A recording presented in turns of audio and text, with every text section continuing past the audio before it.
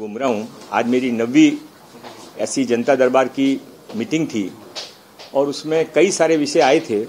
उसमें किसी का विषय आया कि मेरी पत्नी को पासपोर्ट रिजेक्ट हो गया, तो मैंने पुलिस ऑफिसर से पूछा कि भाई क्यों रिजेक्ट हो गया, तो उन्होंने बताया कि इनके बारे में कुछ वैलिड डॉक्यूमेंट इनके पास नहीं है। और उसके बाद में विषय मैंने कहा कि थोड़ा जो कुछ भी इस तरह की घटनाएं हैं उसमें वैलिड डॉक्यूमेंट जिसके पास नहीं हो, तो ऐसे लोगों की जानकारी पुलिस के पास ज़रूर रहनी चाहिए ताकि देश की सुरक्षा और मुंबई की सुरक्षा पे कोई कभी आँच नहीं आए। तो उतना ही आज का विषय था। लेकिन रोहिंग्या को लेकर के जिस तरीके से आपने कहा वैलिड डॉक्यूमेंट्स नहीं है और मालवनी इलाके में चूंकि आपका जनता दरबार चल रहा था मलाड वेस्ट में, तो आपको क्या वहाँ ये लग रहा है कि मुंबई में जिस तरीके से रोहिंग्या के होने की बात लगातार आ रही थी और अब चूंकि पालक मंत्री बने तो चीजें भी सामने दिखाई पड़ रही हैं? नहीं, ऐसा है कि जनता दरबार तो पूरे सबर्बन मुंबई में चल रहा है। अंधेरी में भी हुआ, बोरीवली में भी हुआ, सब जगह चल रहा है और चलता रहेगा। इसका जहाँ पर जो घटनाएं सामने आती है उसके लिए मैं योग्य आदेश देने की कोशिश करता हूँ और अब तक करीबन 1000 से ज़्यादा शिकायतों पर हमने लोगों को, ऑफिसर्स को निर्देश दिए हैं और बहुत अच्छे तरीके से लोगों का प्रतिसाद भी है। ये एक साधारण कंप्लेंट आई थी, उसको साधारण तरीके से ही कहा गया कि भाई जिसके पास में वैलिड डॉक्यूमेंट नहीं हो उसके बारे में जांच करके जो योग्य कार्रवाई वो पुलिस करेगी। इतने विषय 90 दिन का कुछ आपने वो जर्नल हर एक में ही रहता है ना, जैसे हर एक को टाइम देना पड़ता है। जैसे कहीं पर था कि भाई यहाँ पर रिजर्वेशन प्रसूति गृह का था, अभी महानगर पालिका ने वहाँ जनरल हॉस्पिटल बना दिया, तो वहाँ के लोग आज आए थे कि हमारा प्रसूति गृह, हमारी महिलाएं कहाँ जाए, तो मैंने उनको भी 90 दिन का आदेश दिया कि 90 दिन में आप योग्य कार्रवाई करके कम से कम 6 फ्लोर में से 2 फ्लोर पे प्रसूति गृह बनाइए। तो उतना ही साधारण विषय, कोई इसमें बहुत ज़्यादा देखने की जरूरत नहीं है। लेकिन देश विरोधी गतिविधियों में शामिल कई सारी ऐसी शिकायतें मुंबई में पिछले कुछ दिनों से चल रही हैं। आप लगातार, जब आप मुंबई अध्यक्ष थे भी तब भी मालवनी इलाके में आप लगातार गए थे, वहां पर तमाम सारी शिकायतें आपको मिली थी और कुछ चीजें देखने को मिली थी। अब एज अ प्रशासक आप गए हैं, दोनों में क्या नहीं, देखिए ये कोई अकेले मालवनी का या अलग का विषय नहीं है। जब हम राजनीति में काम करते हैं, जनप्रतिनिधि होते हैं, तो जो भी शिकायतें हमारे सामने आती है, मैंने आपको बताया अभी तक 1000 से ज़्यादा शिकायतों का डिस्पोजल हमने किया है और जो शिकायतें सामने आती है उसको पहले रजिस्टर करते हैं, उनको बाकायदा नंबर से कॉल करते हैं, सारे ऑफिसर्स रहते हैं और उसके बाद में उसमें योग्य निर्देश देते हैं। केवल इतना ही विषय है। Sir, according to your tweet, it clearly says that a committee has been formed to find out how many Bangladeshi Rohingya infiltrators are staying in Malad Malvani area. The committee will submit a report in 90 days. Sir, do you think there is an increasing infiltration of Rohingya from Bangladesh in a sense which is, imbalancing the ecological as well as the demographic equation of that area? That was not my issue. My issue was very simple. A person has come with a complaint, one Mr. Khan, that my wife's passport has been refused by the police in a wrong way. I told police, you inquire about it, what is right, what is wrong. Another person have come and said that I have been harassed. I again told the police that if there are any cases like this, you find out what is the fact, and that's all. So I have formed at least 4 committees today. One for a road in a Mahada layout, one for a Prasuti Grah in the BMC, one for finding out if there is somebody staying with not with valid documents. That's all.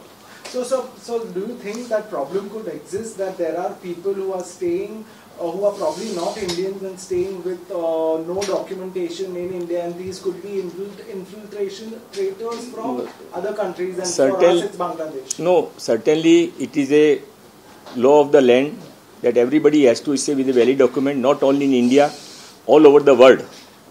If somebody is found without a valid documents in London or in Nepal, he will be deported. Same is the case over here, so nothing much to be read in it. एक दूसरा सवाल इसमें और भी है कि लगातार इस तरीके की छानबीन चलती रहती है, लेकिन कई बार देखा जाता है कि कंस्ट्रक्शन साइट्स जो होती हैं उसमें जो मजदूर सस्ते में मिलते हैं उसमें मैक्सिमम जो है वो बांग्लादेशी या रोहिंग्याज होते हैं। उसको लेकर के भी सरकार एक्शन प्लान करेगी? No, I don't know, this is my subject. My subject was very simple. मैं पालक मंत्री के नाते गया था, मैं पूरे सबर्बन मुंबई में जा रहा हूँ, जहाँ पर जो घटनाएं सामने आती है उसके बारे में इंक्वायरी कर योग्य कार्रवाई करने का आदेश देना मेरी जिम्मेदारी, और वही मैंने आज भी किया। साहब, देश की सुरक्षा के लिहाज से एक बहुत संगीन मुद्दा है। एक बड़ा लॉट हम देखा पिछले कुछ वर्षों में, खास करके 2.5 सालों में उन्हें प्रमाण पत्र दिए गए, उन्हें एक वोट बैंक की तरह बनाने की कोशिश की गई।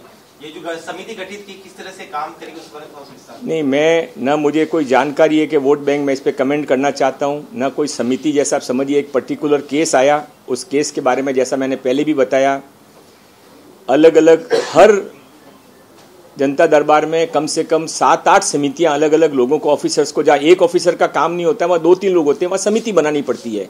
एक ऑफिसर का काम होता है तो उसको कहा जाता है कि आप इसके बारे में क्या कार्रवाई करेंगे, इतने दिन में करिए। 50% केसेस तो ऐसे है कि ऑन द स्पॉट उसके ऊपर निर्णय हो सकता है। ड्रेनेज लाइन का ओवरफ्लो है, खाली करिए, साफ करके दीजिए। यहाँ पर पार्किंग इलीगल तरीके से पुरानी गाड़ियाँ पार्क है तो उनको हटवाइए। कई सारी घटनाएं तुरंत FIR लॉन्च नहीं हो रही, FIR लॉन्च करिए। कई सारी घटनाएं ऐसी होती है जिनके बारे में कमेटी बनानी पड़ती है, उनको कहना पड़ता है कि आप पहले इंक्वायरी करिए फिर इसके बारे में आदेश करिए। इतनी घटनाएं है। एक आज सेंट्रल गवर्नमेंट ने सुप्रीम कोर्ट में एक हलफनामा अपना डाला है, उसमें कहा है कि कुछ मामलों में देश में एक कानून होना जरूरी है और यूनिफॉर्म सिविल कोड कुछ मामलों में होना चाहिए, और इसको लेकर के सेंट्रल गवर्नमेंट की यही राय है कि इस तरीके की चीजें होनी चाहिए। आप लोग लगातार यूनिफॉर्म सिविल कोड के लेकर के मांग कर रहे थे, आज सेंट्रल गवर्नमेंट की तरफ से आधिकारिक तौर पर सुप्रीम कोर्ट में कहा जाना कैसे देखते? नहीं, आज की जो मेरी पालक मंत्री के नाते जिम्मेदारी है उसका इस एफिडेविट से कोई संबंध नहीं है, मुझे जानकारी भी नहीं है और इसके बारे में योग्य व्यक्ति आपको जवाब दे पाएंगे। सर, मराठीमध्ये प्रश्न पहला सवाल कि जो स्टेप आपने मालवनी में जनता दरबार में उठाया है रोहिंग्या मुसलमानों को बांग्लादेश का, क्या मुंबई में सिर्फ मलाड का मालवनी इलाका ही एकमात्र ऐसा क्षेत्र है, क्या मुंबई के और भी इलाके हैं? दूसरा था कि आपके उठाए गए कदम को लेकर कांग्रेस और शिवसेना की तरफ से एलिगेशन लग रहे हैं कि नजदीकी म्युनिसिपल कॉर्पोरेशन के इलेक्शन आने हैं, इसलिए बीजेपी जानबूझ के इस तरह के मुद्दे उठा रही है। इसका कोई चुनाव से संबंध नहीं है और ये मलाड मालवनी का भी विषय नहीं है। मैंने बार बार बताया है, मैं पालक मंत्री के नाते जहाँ पर जाता हूँ वहाँ पर जो शिकायतें आती है, 1000 से ज़्यादा शिकायतों का अभी तक निराकरण किया है। 500-700 से ज़्यादा शिकायतों का ऑन द स्पॉट किया है। 200-300 शिकायतों के अंदर ऑफिसर्स ने टाइम मांगा है कि हमको 30 दिन लगेंगे, 60 दिन लगेंगे, 6 महीने लगेंगे, उतना टाइम उनको दिया जाता है। That's all.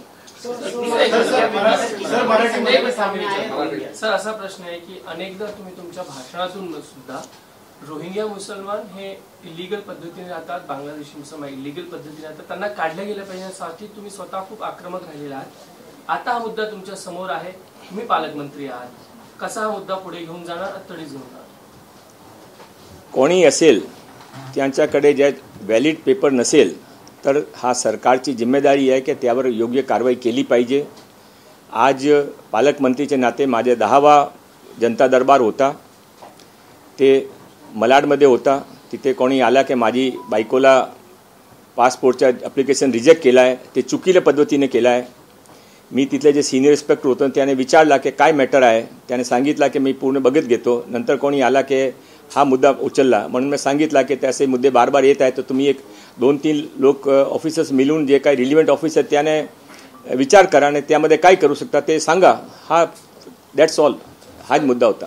डॉक्युमेंटमध्ये काही गोष्टी असताना देखील मालाडच्या भागामध्ये तुम्ही आला होता, तिथे बांगलादेशावर कारवाईची मागणी केली होती, त्यानंतर सुद्धा कारवाई झाली नव्हती।